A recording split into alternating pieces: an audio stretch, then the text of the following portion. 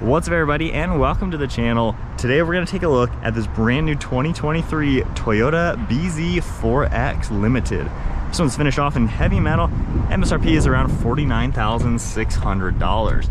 This is a fully electric crossover, kind of on the same size platform of the Toyota RAV4. Now if we go ahead and take a look underneath this hood panel, this is going to feature a 71.4 kilowatt hour battery. Curb weight is about 4,300 pounds, and it pumps out 201 horsepower with 196 pound-feet of torque. It can also do 242 miles on one charge, and this particular model is front-wheel drive. Taking a look at the styling now, it has a pretty unique overall design. You can see how we have like these eyelid covers on the headlights, all LED of course, and I like how the daytime running light kind of fades into this chrome trim piece. You get a blacked out housing, and then a really unique front fender with this metallic gray color. You can also see all sorts of bodywork in the front, and you even get a pretty large opening to allow air to enter and pass through these front wheels. This two-tone color makes its way in front as well, and we get a huge opening to allow some cooling to the radiator. You get some silver trim down below with some black, and then just a massive body color design. Definitely is a pretty unique crossover with a very unique style. And then you can see how the hood has some sharp lines going towards the windshield.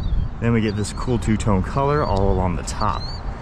These front fenders really do stand out. It's like a metallic black color, which is really neat looking. And then we have these 20-inch wheels with a 5-spoke design, as well as that two-tone color. Along the side, you get these plastic side skirts down below, body color door handles, along with gloss black mirror caps. There's cameras integrated, and then I love how this line just kind of comes down through the door panel. You have another sharp line in back, some black trim around the windows, then you get a glass panel up on top with your roof rails. If we take a look at the side profile, you can see some Lexus NX in here. It definitely has more of an edgy style, pretty good proportion all around, and then a very sharp raked rear glass. Get a pretty cool design for that spoiler up above with really sharp body lines, and you get another fender flare in back just like up in front with that cool two-tone color. Taking a look at the taillights, all LED. Again, you see a lot of Lexus in here, I think, and then they kind of connect with a huge LED bar.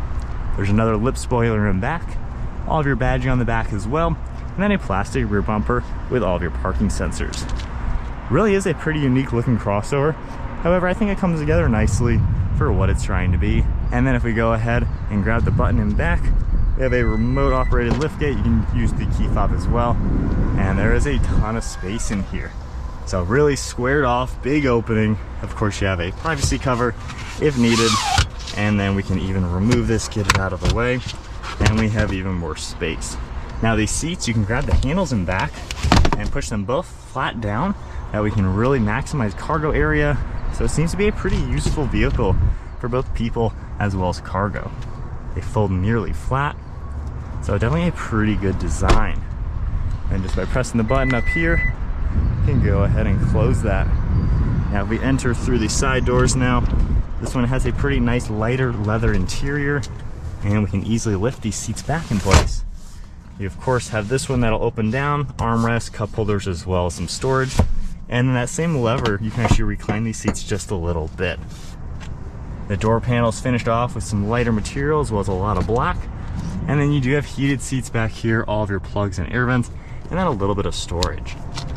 We go ahead and hop inside now. At 5'11", I actually fit here really comfortably. Plenty of headroom and legroom, lots of windows, and pretty good armrests as well. And with the seat reclined, it's actually a pretty good place to be for being a smaller crossover. Then if we go ahead and check out the front seat, you of course have the smart key where you can just grab the door handle and unlock it. And then we have all the same colors on the door panel, power seats as well. And I like how you get the smooth leather and then perforated leather. So it's a pretty good looking premium feeling crossover. Now hopping inside, the weirdest thing I'm gonna point out is the steering wheel location. You might be able to tell, it's hard to see the actual gauge cluster.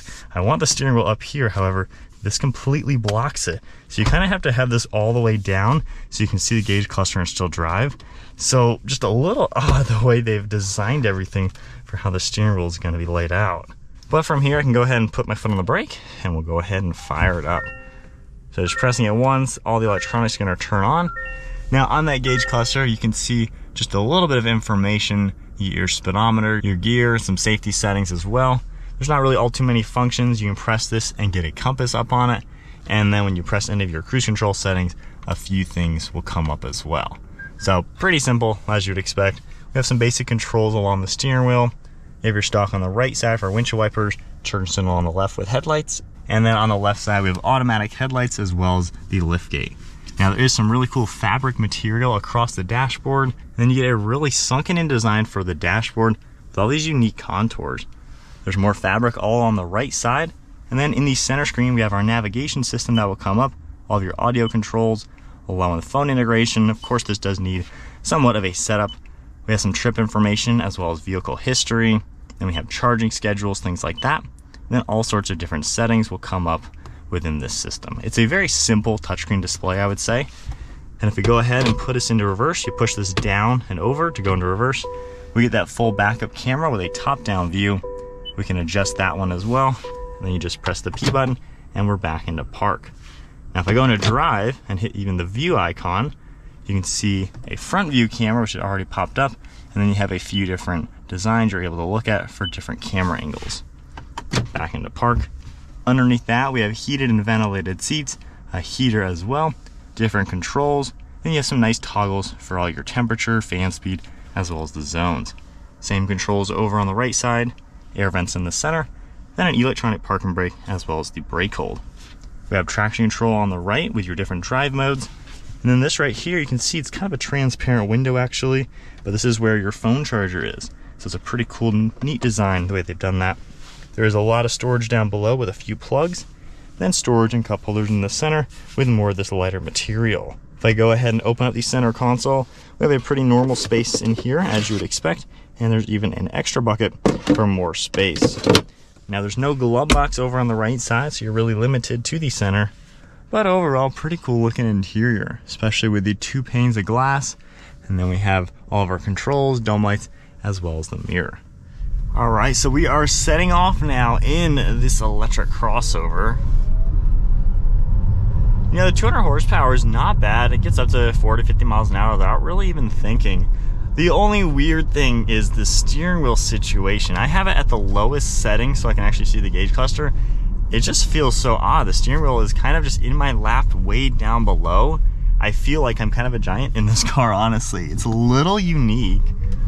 You do got some pep though. But if I put the steering wheel where I actually want it, which is right about here, I literally cannot see the gauge cluster at all. Like, this is where I would have it at a normal car. So I don't know who designed how this works, and same with how it goes in and out. Like, I don't know, just super interesting. That is very noticeably interesting for this car. However, if you look at normal driving and things like that, it's actually really comfortable. You have a great view out, this huge windshield, all sorts of glass, mirrors all do a fantastic job. Like, that is literally huge. Over your left and right shoulder, you really don't have any blind spots. It is insanely easy just to see around this car. These seats are also really comfortable. I like the materials you touch. While the steering wheel is kind of crazy, the steering wheel itself, I like how small it is. It feels like a little go-kart, honestly, which is pretty cool. Just wish that you could see the gauge cluster a little bit better. Front wheel drive, there's a little bit of torque steer to it. You can get an all-wheel drive version as well, but you really only feel that torque steer when you're taking a sharp turn, kind of flooring it. The braking system seems to work pretty good in it. There's no like regenerative option to like change how strong it is or anything like that, but overall it seems to drive really nice. Wind noise, road noise, stuff like that. It's honestly pretty quiet. We're going 42 miles an hour right now. Pretty insulated from the outside elements. I think overall it feels like a well put together car. Obviously Toyota, they make good quality products, and this one of course is gonna be just as nice as you would expect. It just feels really solid. It's insanely easy to operate. Everything just works pretty well in this. Only complaint is just the steering wheel location is just so weird. Like, that just takes that up. It's just so odd. It's not like a broken record pointed out, but it's just interesting. But overall, I think fundamentally as a car, you got the storage, you got the space, you got the comfort. I mean, it's not all too expensive. It's roomy enough. seems like a pretty good option for a nice EV crossover, as long as you don't need to see your gauge cluster.